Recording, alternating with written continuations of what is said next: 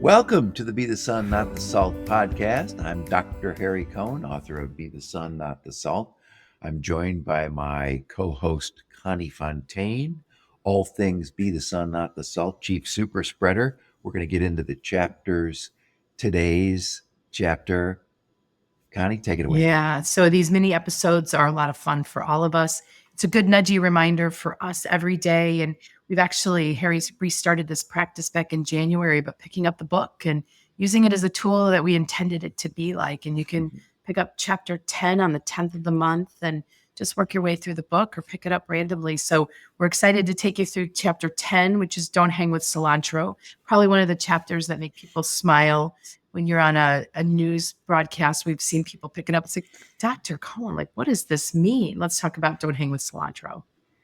So the beauty and simplicity of this simple idea is be good company and keep good company, which is the more profound point, which we'll get into, than don't hang with cilantro, which means don't hang with bad company. Don't be around people who salt your roots, deplete you, make you feel bad. The metaphor is that there are some people amongst the population who have they have a gene that makes cilantro taste like soap. Right. So they can't and shouldn't eat food with cilantro. Don't eat it. Okay. The metaphor is certain people, whether they are relatives or people, trigger you so badly and or make you feel so bad about yourself that you really shouldn't hang out with them, even though they might be a family member. Mm-hmm. And so the idea is to protect your roots, draw some healthy boundaries to not allow people to make you feel horrible about yourself. Yeah, I think this is, I don't know if we've ever talked about this, but what sounds interesting to me is I wouldn't feed somebody something with cilantro in it if I know they have that gene. So you can extend that metaphor to say, why would you feed somebody, why would you bring a guest or a loved one into a conversation that they don't want to be part of? If it's a topic they don't want to be part of, obviously we're in the political season. Why draw people in if you know it's cilantro to them? Yeah. That's being respectful and mindful and thoughtful and considerate. This notion that there is such a thing as good and bad company, I think is really profound because it's a reminder for us, A, I want to be good company, and B, I don't want to be bad company, cilantro, the way you're describing that, and I can. And it's very helpful for me when I am around some people, trying to think of somebody right now, I can't in the moment, where like, I got to get away from him or her.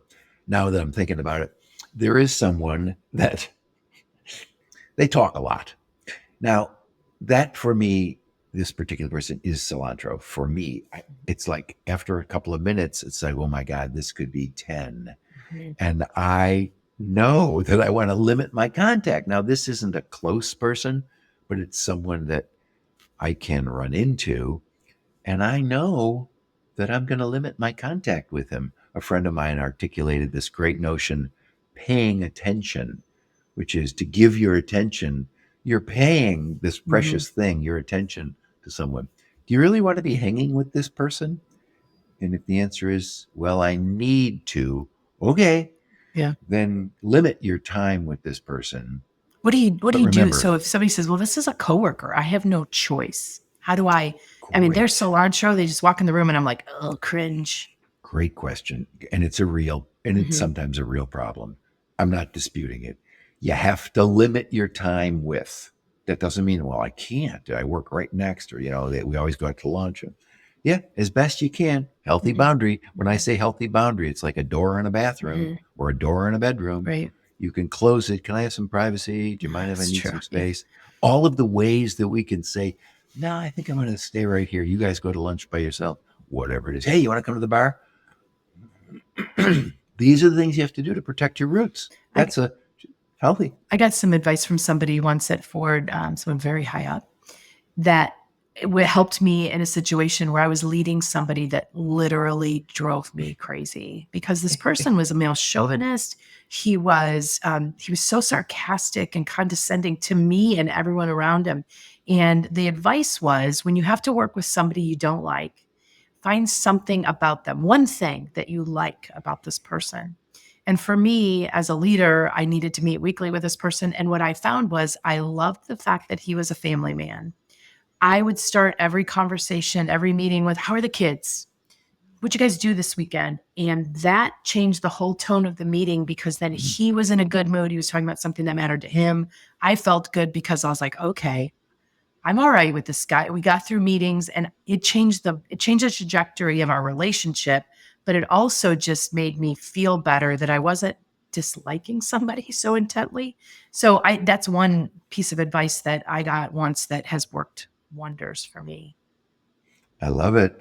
I love that you figured out how to get there and you started to feel better in the relationship, Mhm. which is the point. And you yourself were being good company. Because I can imagine by the way you described that, that you brought out the best in him Mhm.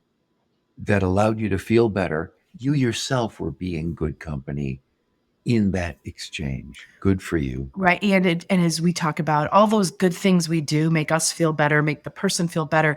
And quite frankly, it made an impact on the team because they Yeah. saw that there is a relationship, there is a way to bring the best out of this person.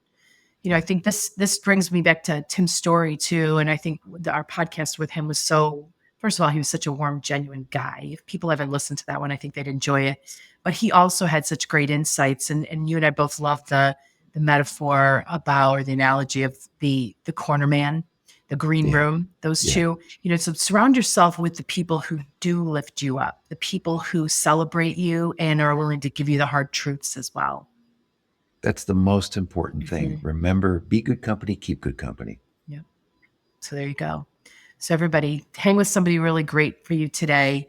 Don't hang with cilantro. Eat cilantro, don't hang with cilantro. If you like this episode, please share it with somebody that you care about. Please follow us so that you get alerted when we drop something new. And thank you for listening.